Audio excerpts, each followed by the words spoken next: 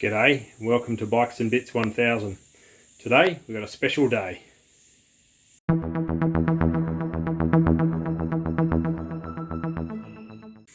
As mentioned, something big today. We've added to the Bikes and Bits 1000 fleet.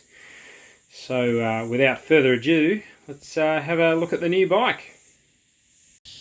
Well, as mentioned, got a new bike and here she is.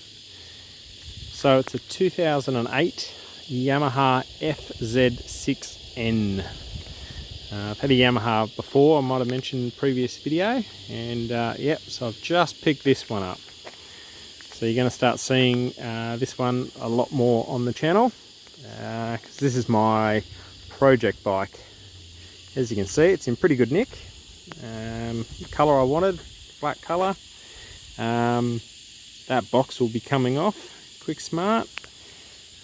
Also have plans for that for the exhaust. It's the stock exhaust at the moment, and a number of other changes. But yeah, no, nice bike. So it's got 62,000 kilometres on it.